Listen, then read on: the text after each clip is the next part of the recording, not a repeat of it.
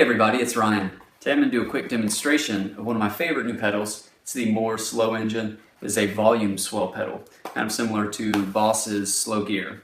It's very simple. Basically it has two knobs, the sensitivity, which controls the threshold at which the effect kicks in. Turned all the way to the left, you have to play a little hard to get it in. Turned all the way to the right, it just comes in naturally. And then the attack, turned all the way to the left, you have a long attack.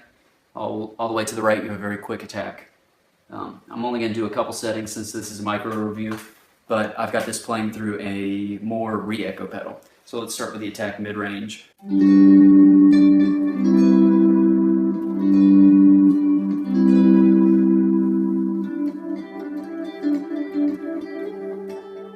So you hear a very gradual swell.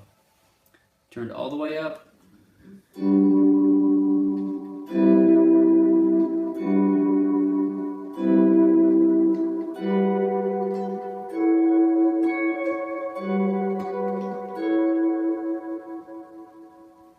And that's pretty much it. It's a one-trick pony, but it does some really cool ambient things if you're into that kind of thing.